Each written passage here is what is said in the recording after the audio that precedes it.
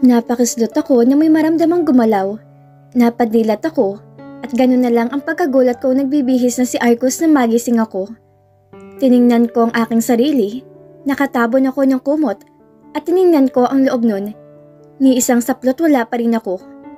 Napaupo ako sa kama at tinitingnan siya kung paano magbihis. Finally, nagising ka na rin. Magbihis ka na rin.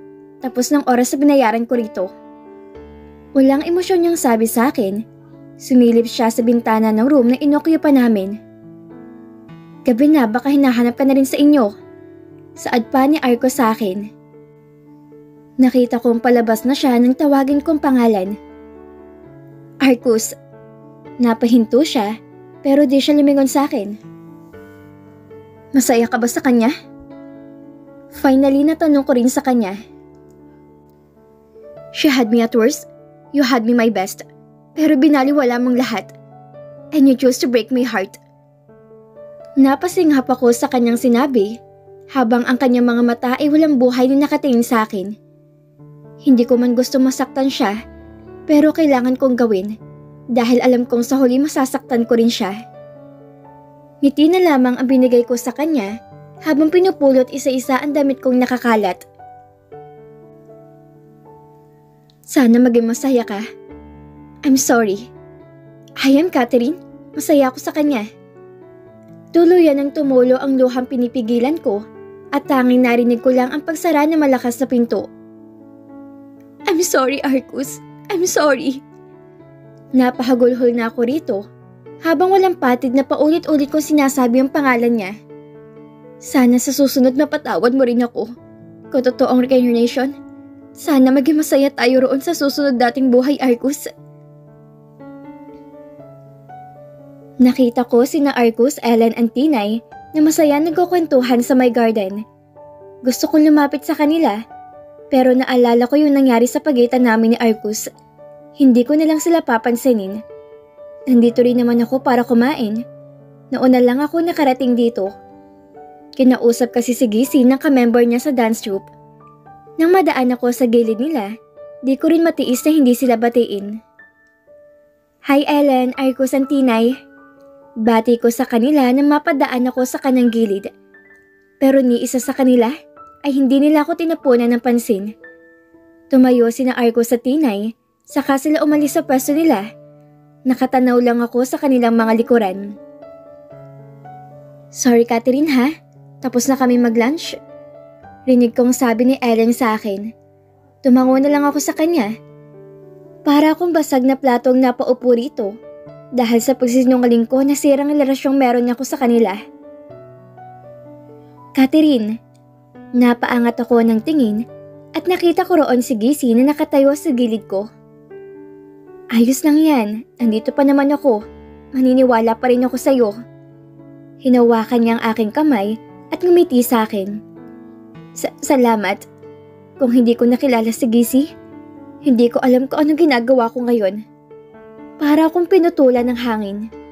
Nag-umpisa na kaming kumain ng lunch ni Gisi, pero ganun na lamang aking pang-amoy nang maamoy kong isa sa mga baon niyang pagkain. Panisa yata niyan, Gisi. Ani ko sa kanya at tinukoy ang pagkain niyang longganisa. Ang baho na ng amoy. Pagpapatuloy kong sabi sa kanya. Pinisil ko pa ang aking ilong para di ko talaga maamoy ang baong ulam ni Gisi. Inamoy niya to. Hindi naman, Catherine. Amoy longganisa naman tong baon ko. Nagtataka niyang sabi sa akin. Pero ba't ang baho ng pang-amoy ko sa longganisa? Saad ko sa kanya at tiningnan ang longganisa na baon niya. Aba, mali ko sa'yo. May sakit ka ba? Nagulat ako sa kanyang tanong. Inalis ko ang aking daliri sa pagkakapisil sa aking ilong. Wala akong sakit. Seryosong sabi ko sa kanya. Kain na lang ulit tayo, malapit na mag-bell. Pagpapatuloy kong sabi sa kanya. Naging tahimik ang pagkain namin ni Gisi, kahit na amoy ko pa rin ang mabahong longganisa na kinakain niya. Tiniis ko na lang na wag mag-react ulit, baka magtanong na naman siya. Lumipas ang linggo, nagpatuloy ang relasyong meron kaming tatlo ni na Arcos and Tinay. Ayaw na nila akong kausapin at lapitan. Huminga ako na malalim habang nakatanaw rito sa garden ni Mommy. Nagpatuloy ang pagkakaroon ko ng amoy na babaho. Kahit ang paborito kong amoy na garlic na niluluto, hindi ko na gusto ang amoy. Merong mali sa aking katawan. Catherine, come on princess. We're going to eat. Tawag sa akin ni Mommy. Ngumiti ako sa mga bulaklak ni Mommy at pumasok na sa loob. Pagkapasok ko sa kitchen namin, ay agad ako nanakbo patungo sa lababo. Sumuka ko roon kahit wala namang lumalabas sa aking bibig. Princess, are you alright? How many weeks have you been like that? First, you don't take the smell of garlic anymore. And now you're vomit for no reason. Nag-aalalang sabi sa akin ni Mommy. Nagmumug ako para mawala ang lasang nasa aking bibig. Mommy? Kinakabahan kong tawag sa kanya. Need natin magpa-check up, princess. Baka dahil sa sakit mong yan. Inalalayan ako ni Mommy na umupo sa dining chair namin. Stay here, okay? Tatawagan ko lang ang daddy mo. Sasabihin kong pupunta tayo ngayon sa Dr. Oliver. Sabi niya sa akin at umalis sa aking harapan. Nakatingin ako sa niluto ni Mommy na adobong manok. Biglang akong nawala ng ganang kumain. Ano ba itong nangyayari sa akin? Saglit lamang ay bumalik na rin si Mommy at tinulungan niya akong pumunta sa kwarto ko. Free raw ngayon si Dr. Oliver, kaya pupunta kami ngayon ni Mommy. Kinakabahan ako kung anong sasabihin ni Doc mamaya. Baka lalong lumala ang aking sakit. Nilabas ni Mommy ang isang kotse namin, siya na ang nag-drive. Naiwan naman sa bahay sa Ate Josie. Habang papunta kami sa hospital, nanlalamig ng aking kamay. Ramdam ko rin ang aking pawis sa aking noo na malamig. Pinarada na ni Mommy ang kotse at lalo kong kinabahan. Bawat hakbang ko papunta sa office ni Dr. Oliver ay lalong nagkakagulo ang puso ko. Huminto kami ni Mommy sa mismong tapat ng office room niya. Heto, pinapalangin kong di sana lumala ang sakit na meron ako. Doc Oliver? Tawag ni Mommy sa family doctor namin pagkatapos niyang kumatok ng 3 beses. Please come in, Mrs. Carmel Montano. Rinig naming sabi sa loob. Pumasok kami ni Mommy sa loob at ramdam ko agad ang lamig sa buong office niya. Tiningnan niya ako na siyang nagpakabalisa ako. Anong nararamdaman mo, Catherine? Bungad na tanong niya sa akin. Ano po? Ilang linggo na po ako nakakaamoy na mabaho kahit paborito ko noon po yung niluluto. And sumusuka po ako na tubig lang pong akin nilalabas. Paputol-putol ang aking pagkakasabi sa kanya. Napayuko ako agad nang sabihin ko yon. May kinalaman kayo sa sakit niya yan, Doc Oliver? Nag-aalalang pahayag ni Mommy kay Doc. Naghihintay ako magsalita siya. Mukhang need mo to, Catherine. Napatingin ako sa nilapag niya sa kanyang table. Isang pregnancy test kit. Nakita ko ang gulat sa mata ni Mommy. Walang kinalaman ng mga yun sa sakit mo, Catherine. You can do it. Baka may hindi ka sinasabi sa parents mo. Nagulat ako sa kanyang sinabi. Ngayon ko lang naalalang nangyari sa amin ni Argus. Don't tell me. Hindi pwede. Hindi pwedeng mabuong unang beses sa ginawa niya sa akin. Tinitigan ko ang pregnancy test at nanginginig na kinuha ko to. Hindi ko alam kung bakit ko kinuha to. Kusa na lang gumalaw ang aking kamay. Dala ko ang pregnancy test nang pumasok ako sa CR na meron dito sa office niya. Kagat-kagat ko ang aking ibabang labi dahil sa nervyos. Binasa ko ang instructions sa nasa likod nang maintindihan ko ay agad akong napaupo sa toilet bowl. Hindi pa rin naaalis ang panginginig ng aking kamay habang hinihintay ko na ang resulta. Kapag isang guhit negative at kapag 2 guhit, ibig sabihin positive. Lugmok akong lumabas ng CR. Mahigpit kong hinawakan ang pregnancy test na binalutan ko ng maraming tissue.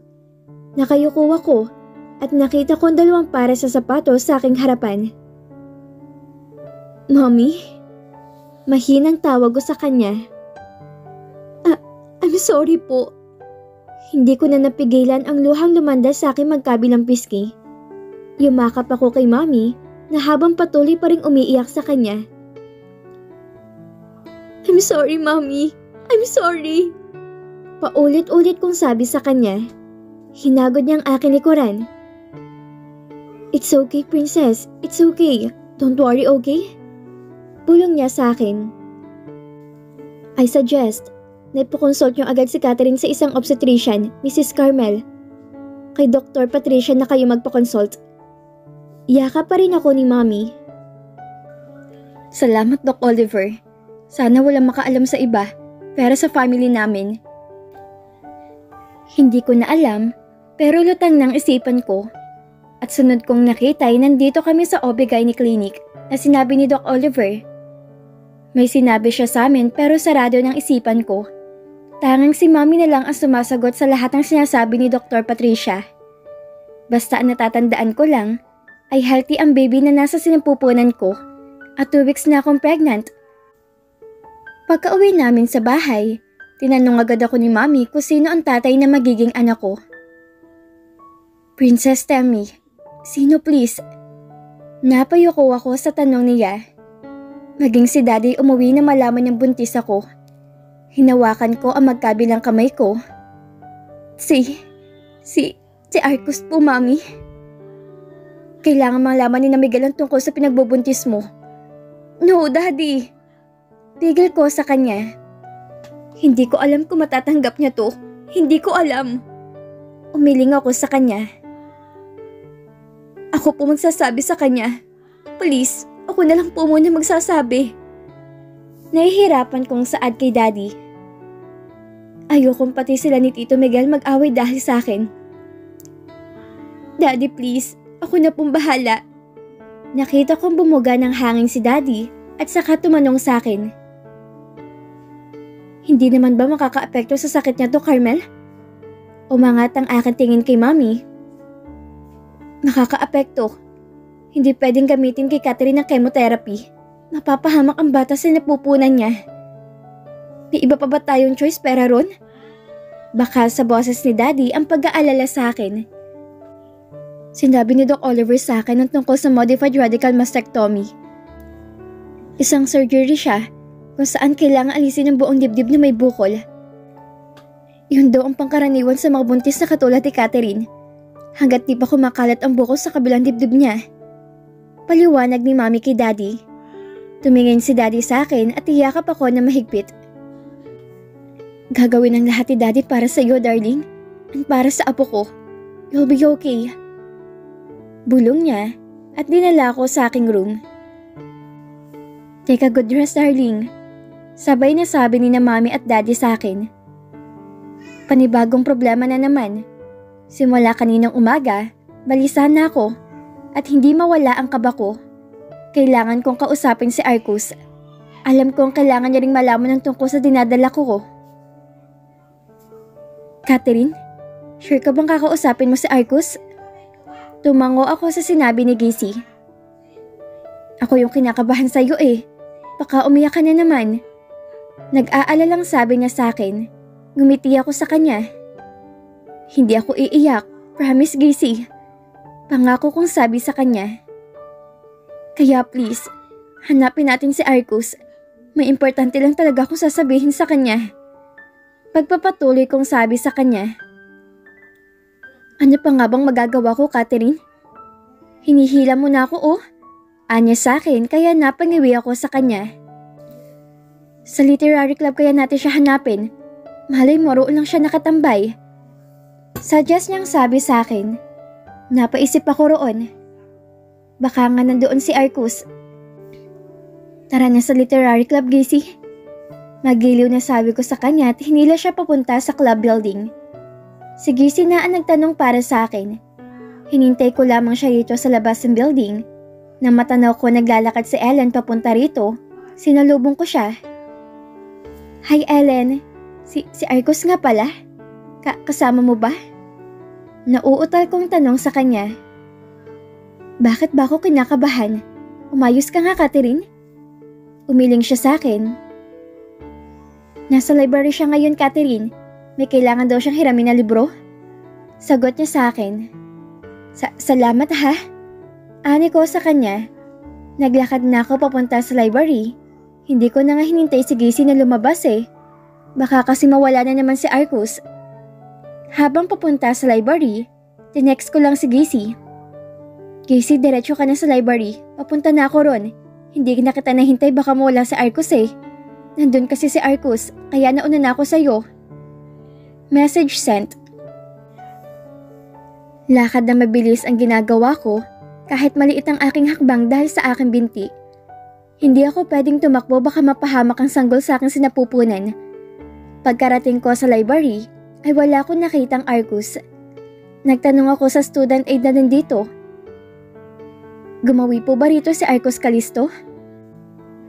Tanong ko sa estudyanteng babae na naka-assign sa pagpapahiram ng mga libro.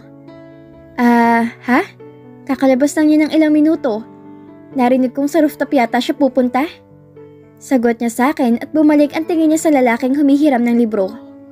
Ngumiti ako sa kanya at nagpasalamat. 2 palapag na lang naman bago ang rooftop.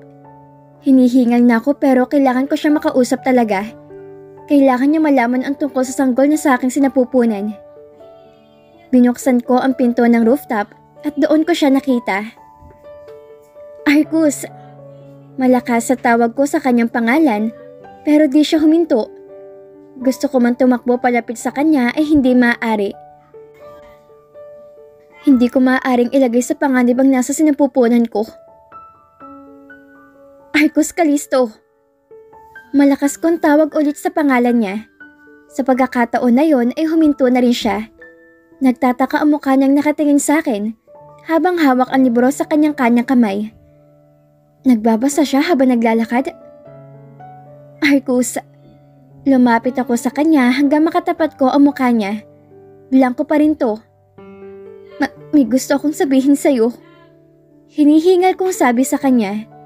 Huminga ako na malalim at pinakalma ang aking sarili. Buntis ako.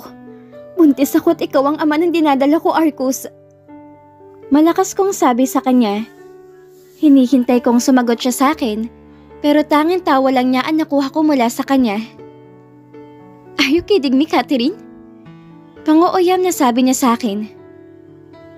I'm not fooling you, Arcus. Buntis ako at ikaw ang ama ng batang to. Sabi ko sa kanya. He coughed in front of me and laughed softly. Hindi rin ba inako ni na Raven at Griffin yung bata sinapupunan mo?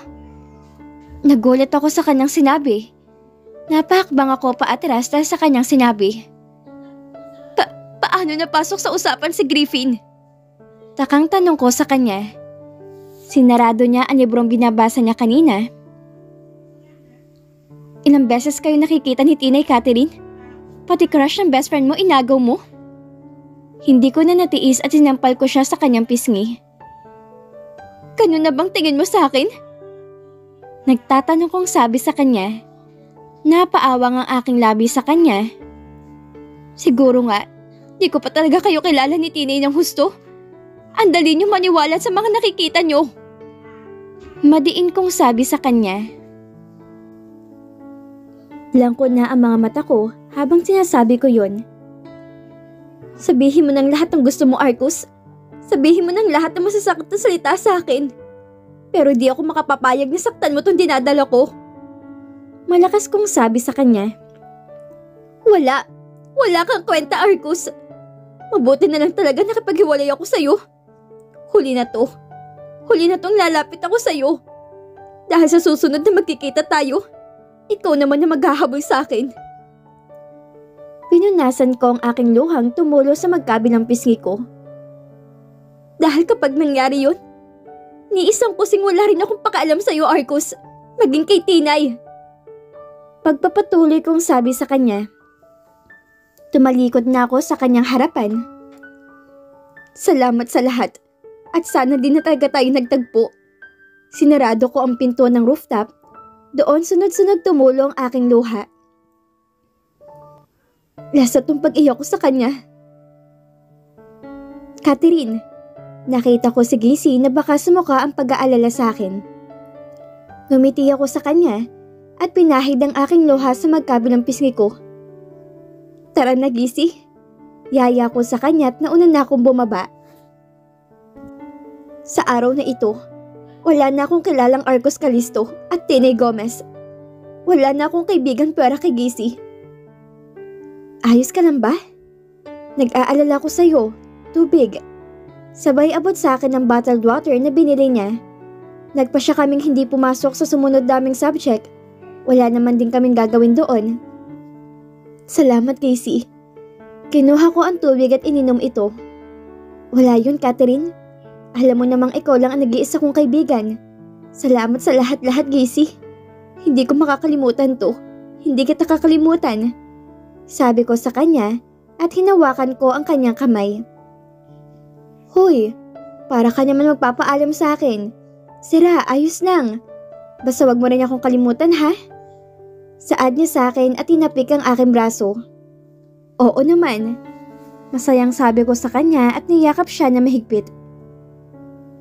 Hindi ko alam kung kailan ulit kami magkikita. Baka matagal pa ulit yun.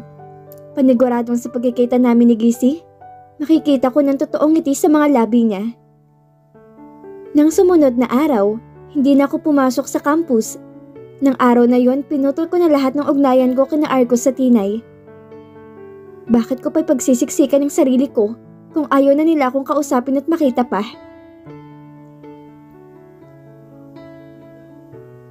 At dito na po nagtatapos ang 15 kabanata ng ating kwento. At sana'y muli niyo po akong samahan sa mga susunod pang kabanata na ibabahagi ko sa inyo. Maraming salamat po at ingat po tayong lahat.